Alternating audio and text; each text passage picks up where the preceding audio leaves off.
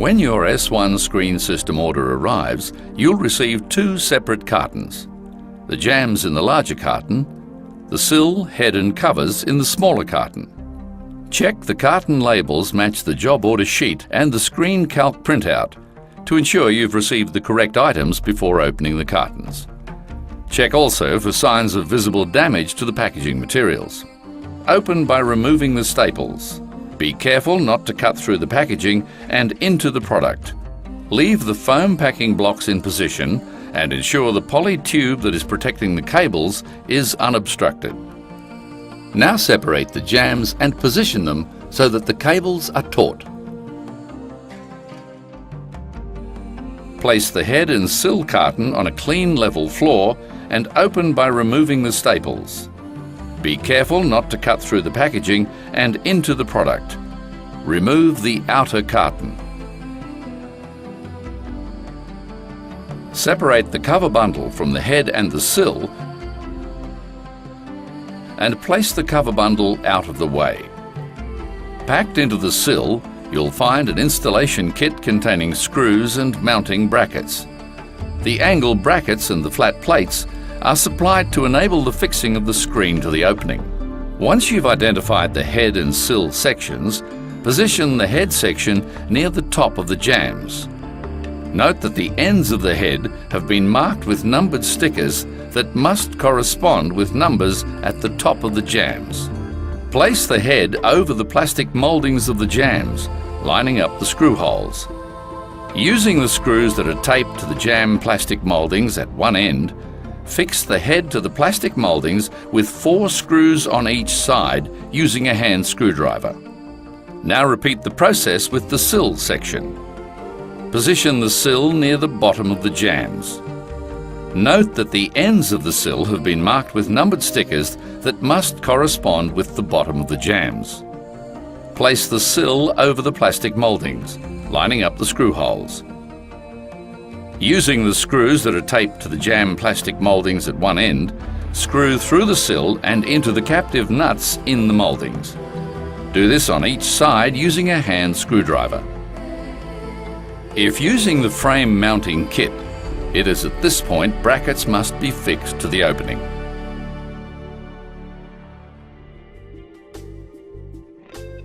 Place the screen against the door frame and square it up. Do not allow the frame to bend or twist. Remove the protective foam packaging blocks. Fix up the head section into a solid supporting structure through mechanical or adhesive fixings. The head can be screwed off by using the holes provided with a right-angle screwdriver bit, available from CENTOR. If doing so, ensure the head is level and the screws do not interfere with cables or stile operation. Square up the frame in the opening. Once the screen is square, pull on the double-sided tape backing tabs and press jams against the door frame. Fix the sill off with mechanical fixings using the holes provided or with adhesive to stop the sill moving. When securing the sill, ensure fixing method does not interfere with cables or stile operation. Once you've cleared the head track groove of any aluminium or timber shavings, hang the wheel at the top of the stile into the groove. Locate the tension springs. Now apply full tension to both springs in a single screen system by moving the hook on the spring tail to the last hook marked in yellow on the spring keeper in the stile. Remember to keep a good grip on the end of the spring with your hand. It makes a good handle and it won't catch the skin on your hand. This step will need to be repeated for a double screen on the second stile. Remove the poly tube from the top and bottom cables. Remove both packaging clips by gently squeezing the clips to release them. Remove the packing from the top corner of the screen jam. This step will need to be repeated for a double screen. Test the installation by opening and closing the screen gently under full tension 2 or 3 times. Operate the screen from fully retracted to fully extended. Watch the cloth coming off the roll so that you do not overextend it. Cycle through 2 or 3 times to make sure everything moves smoothly. Ensure these operations are nice and slow to make sure no issues have arisen during installation. These few cycles will allow the screen, cloth and cables to settle into their operating conditions. Once this is done, check the alignment of the stiles with the jambs. Any adjustment of the screen should be done at this point.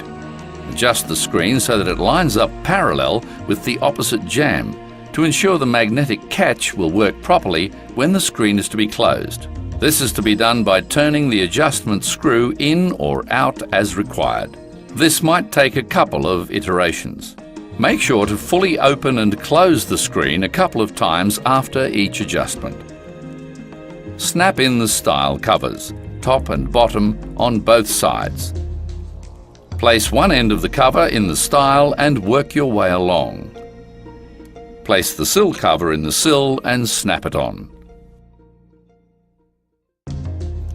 Place the jamb cover in the jamb and snap it in.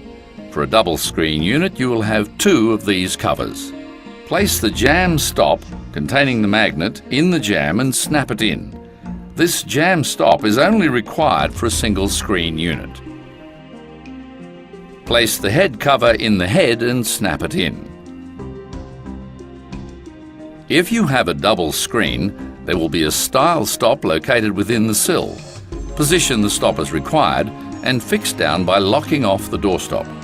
A sill cover is provided as an optional protector that may be used on construction sites to prevent dirt entering the sill channel.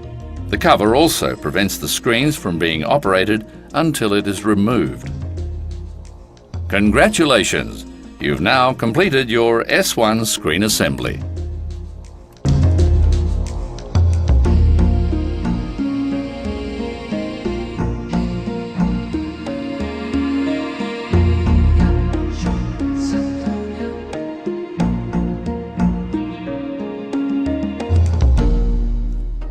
Here are some answers to some frequently asked questions. Removing covers can be done simply with some basic tools such as a thin blade.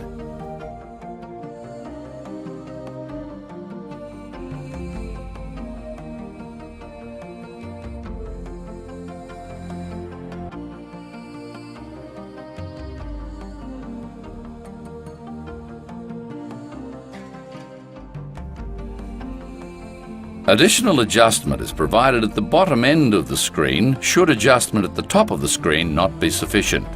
This is achieved by removing the screws and repositioning the bottom casting into one of the 3 positions provided.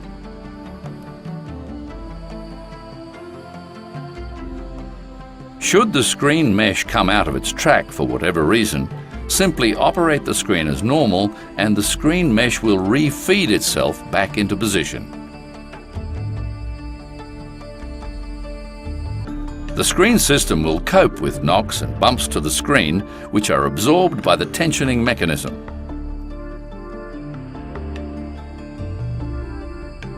The screen has been designed and tested to be fitted to internal applications.